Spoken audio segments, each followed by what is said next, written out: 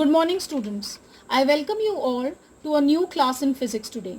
Today we are going to begin with a new chapter, that is upthrust in fluids and Archimedes principle.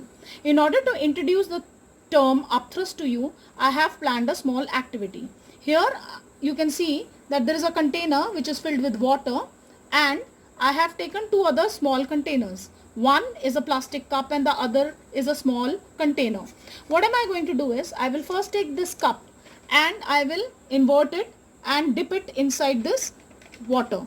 Now while I am putting it inside the water, I am applying a pressure from up in order to immerse it. As it gets immersed, when I release it, you can see that it bounces up. Why does it bounce up? Because there is a pressure which is exerted by the liquid in the upward direction, and that force which is exerted in the upward direction is known as upthrust. Similarly, now I take the second container.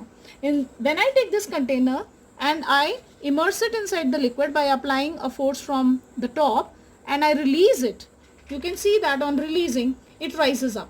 Again, the reason being the same, that is the upward force of the water is pushing it up, and that is upthrust, about which we are going to study today.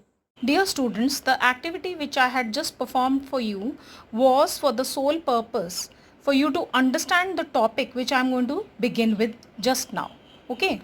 Now, I am going to begin with the topic upthrust, or which is also called the buoyant force. Now let us see what is the definition for upthrust or buoyant force.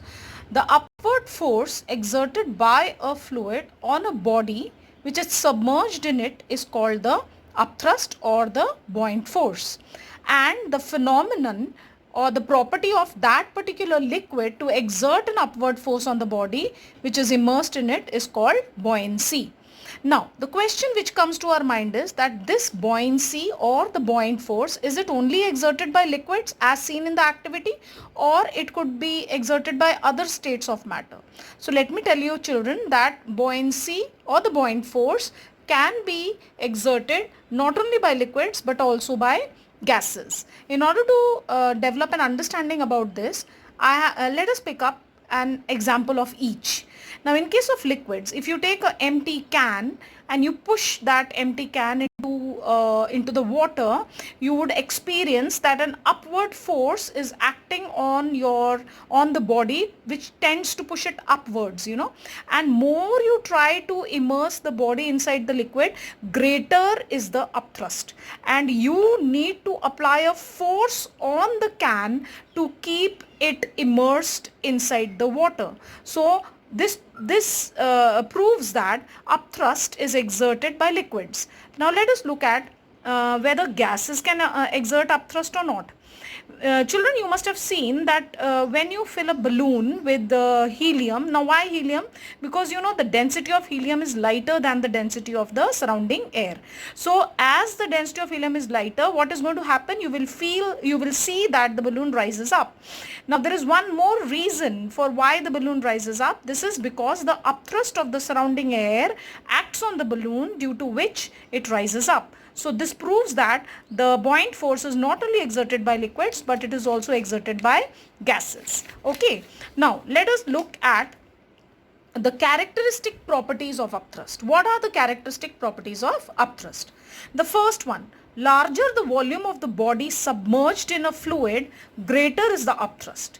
What does this statement mean? This statement means that the more you immerse the body inside the liquid or the fluid, the greater would be the upthrust which will act on the body.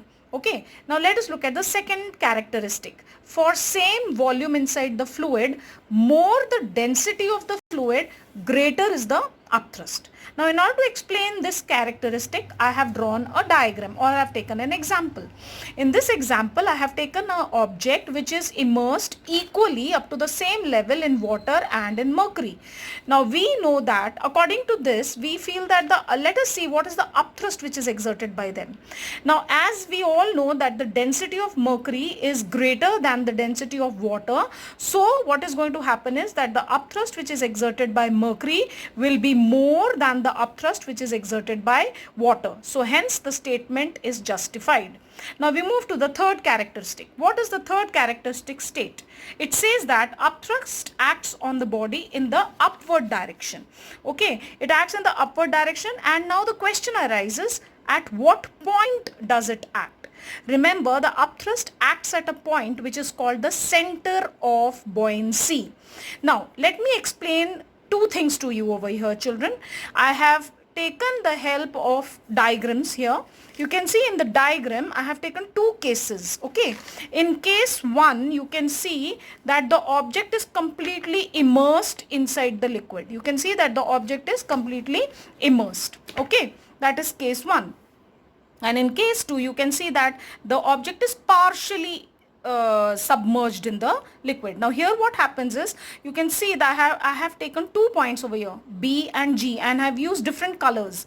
Now B is the center of buoyancy on which the buoyant force acts in the upward direction, and G is the center of gravity on which the weight of the body acts downwards. So according to this characteristic, upthrust always acts on the center of buoyancy, and it is always directed upwards, while the weight of the body is always directed downwards, and it acts on the point called center of gravity.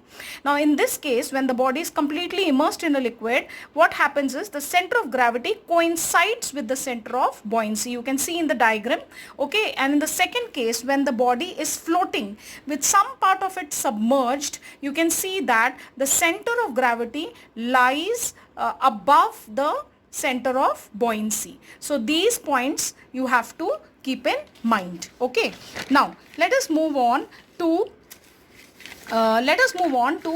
what is the reason for upthrust. Like, you know, when we say that upthrust is exerted by a liquid on an object, the question which comes to our mind is, why is this upthrust exerted?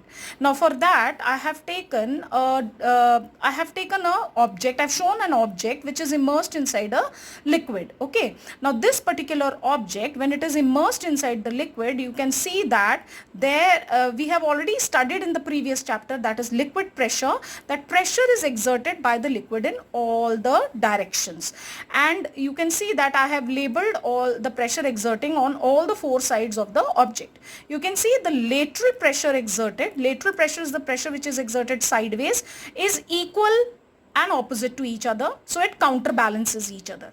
But you can see that the pressure P1 and pressure P2. Now what is pressure P1? It is the pressure exerted by the liquid column from above, and P2 is the upthrust which is exerted by the liquid. Now the P2 here is greater than P1. Now why so? Because the depth at which P2 is exerted is greater, and we have studied that greater the depth, greater will be the pressure exerted. So therefore when P2 is greater than P1, what is going to happen? That the object is going to get pushed upwards, and when an object is going to get pushed upwards, what is that upward force called? It is called upthrust. So this way upthrust is exerted on an object which is immersed in it.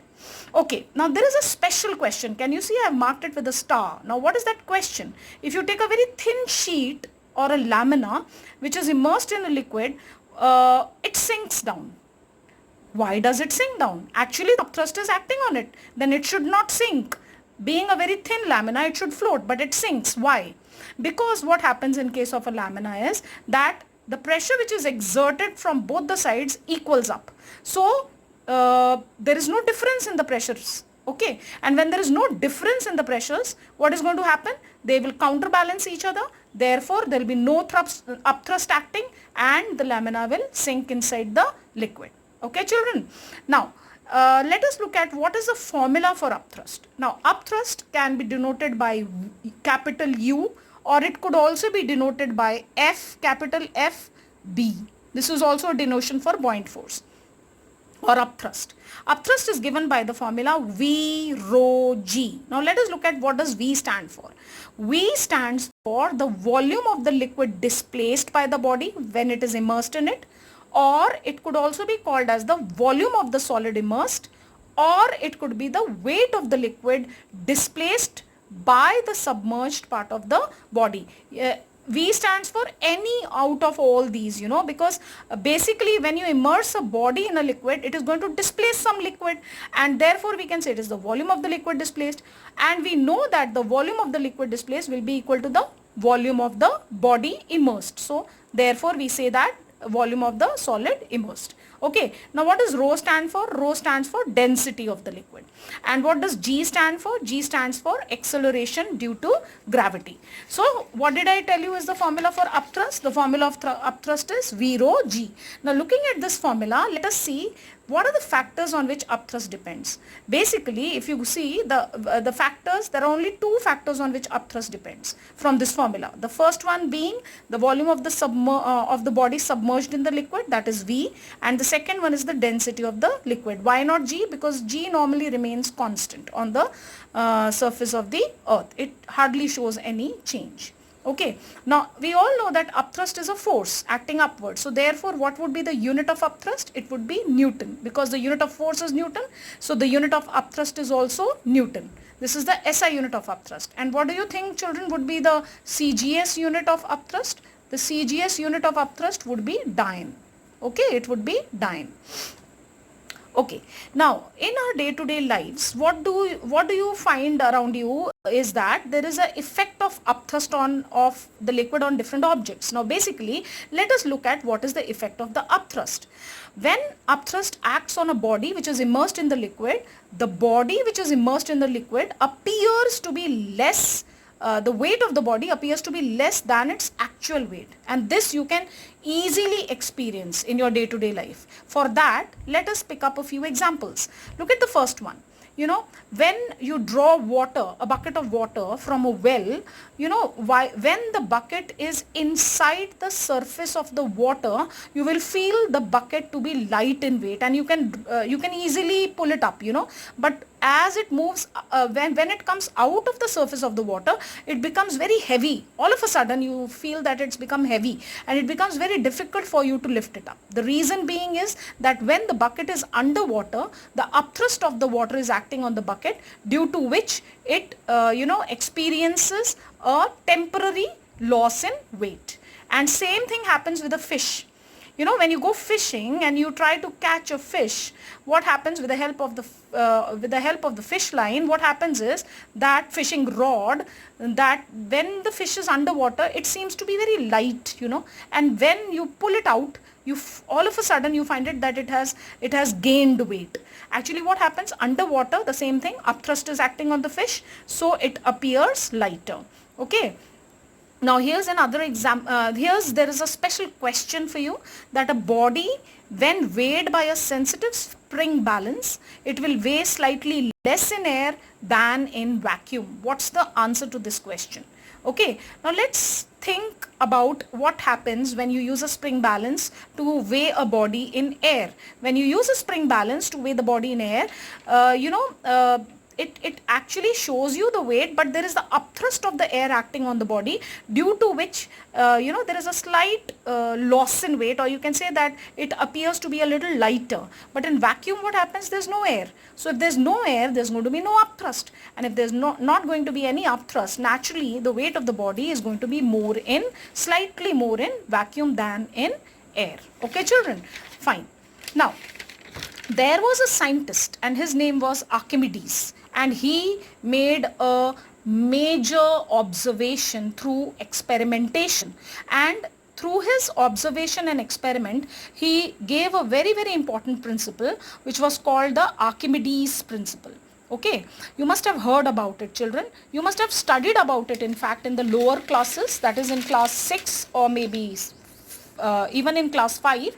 But let's see what did Archimedes prove. Okay, and it is totally related to upthrust. Now here in Archimedes, in order to understand this, I have taken a spring balance. You can see, children, you know what is a spring balance? It is used to measure the weight of objects, so there's a scale over here. It has a spring inside it which coils, and recoils. When you hang the weight, it actually shows an extension, and there's a needle or a pointer which gives the reading. Now here the body is hung from a spring balance, and its weight is and it is weighed in air. Let us suppose that the weight of the solid in air is 300. Can you see? It is 300 gram force. So I have noted it down. Now the same solid is weighed inside liquid, that is water. But can you see that this water is taken in a special can, and this can is called a overflow can or a eureka can. Now when you initially the level of the water is only up to the spout of the can, but when you dip this solid inside the water, what happens? This solid displaces some amount of liquid which is equal to its own volume, and therefore the volume of the water rises. And when the volume of the water will rise, what is going to happen? The level of the water rises, it's going to come out from the spout, and that water is collected in a measuring cylinder. And when the weight is noted, to your surprise, you will see that the object which was weighing 300 gram force is now weighing 200 gram force. Where has that 100 gram force gone? That is actually the loss in weight of the body. And why does it experience a loss in weight? Because of the upthrust of the liquid which is acting on the body. And so Archimedes calculated the loss in weight, and it came to 100 GF, that is the weight in air minus the weight in the water.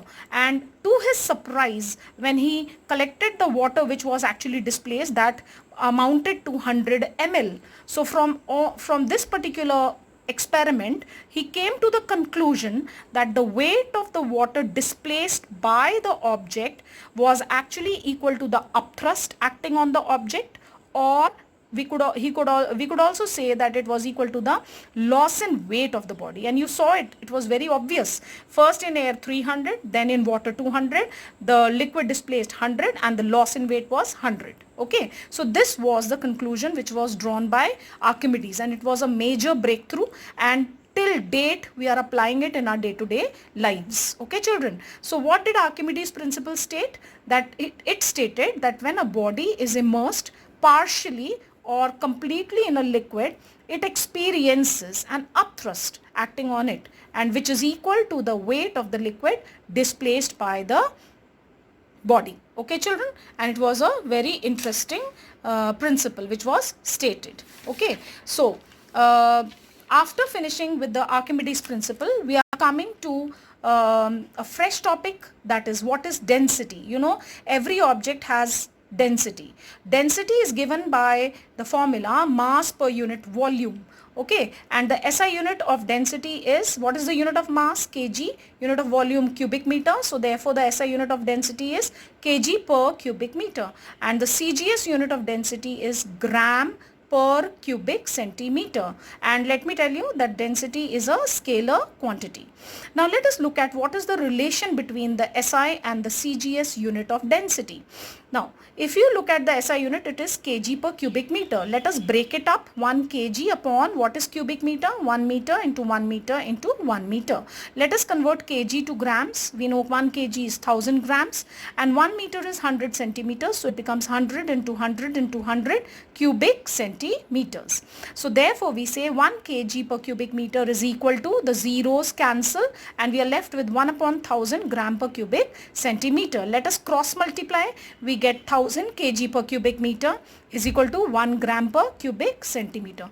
This is the relation between the SI and the CGS unit of density. Now why are we discussing density? Because density is directly related to flotation, and in the next class I am going to teach you about flotation, which also has a link with upthrust. Okay, now as I taught you about density, now let us look at a few questions, or let us have a few comparisons. Now here, what is the first thing which I'm going to discuss is that, you have mass of iron greater than the mass of equal volume of wood. We all know the mass of iron. No, the question is, why is the mass of iron greater than the mass of equal volume of wood? Now the answer to this is, we all know that iron is a solid, while wood is solid too, but the molecular arrangement of iron is very, very close. So we say the density of iron is greater than the density of wood, and because the density of iron is greater than the density of wood, therefore we come to the conclusion that the mass of iron is greater than the mass of equal volume of wood. And from here, what do we conclude? That the density is directly proportional to mass of the body. Now look at the second one, equal masses of cotton and lead. Now we have equal masses of cotton and lead, but the volume of cotton is greater than the volume of lead.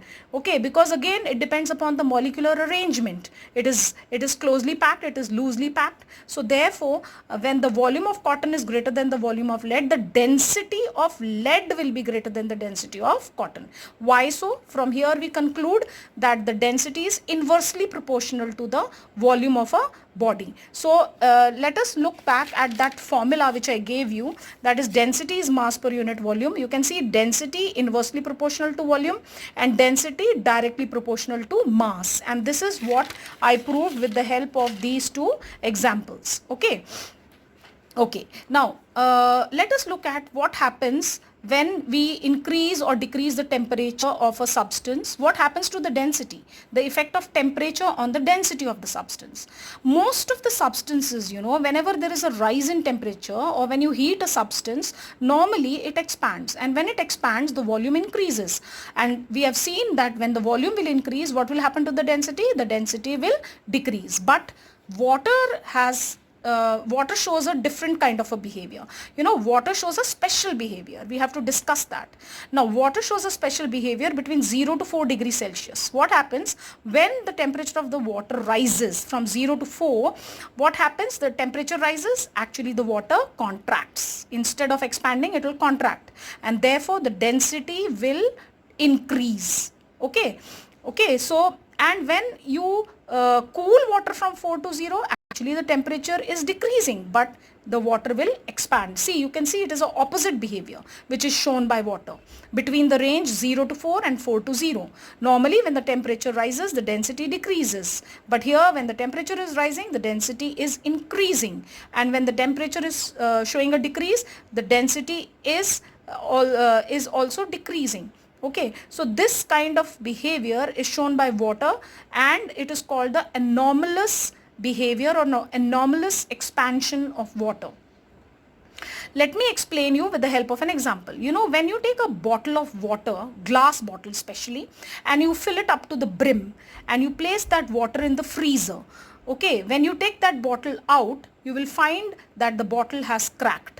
Why so? Because what happens when the water is filled up to the brim, there's hardly any space for the water to expand. And when the water is put in the freezer, the temperature is around maybe 11 or 12 degrees Celsius. On cooling in the freezer, when the temperature falls below 0, it falls below from 4 to 0, it shows expansion, and when it expands, there's hardly any place in the bottle left. So what happens? It exerts a pressure on the wall of the bottle and the bottle might crack. Okay, so this is a special behavior shown by water. Okay, and from this special behavior, we conclude that the density of water is maximum at 4 degrees Celsius. Why? Because after 4 degrees Celsius, when you heat water, it shows a normal behavior. That is, if there is a rise in temperature, then what is going to happen? The volume will increase and its density will decrease after 4 degree. But from 4 till 4 degree, it shows that special behavior. So the density of water is maximum at 4, and what is the value of the density? It is equal to 1 gram per cubic centimeter, or in SI unit it is 1000 kg per cubic meter. Okay children, so till here we have discussed the topics, the following topics, that is we discussed about upthrust and buoyant force, then we discussed about the characteristic properties of the upthrust, and I also discussed with you the factors affecting the upthrust, and I also explained you the reason for upthrust with the formula for upthrust, and then we discussed about density and the relation between the SI and CGS unit of density, and I then concluded with Archimedes principle, and also I explained you about the special behavior of water, which was anomalous expansion of water. Okay, thank you children.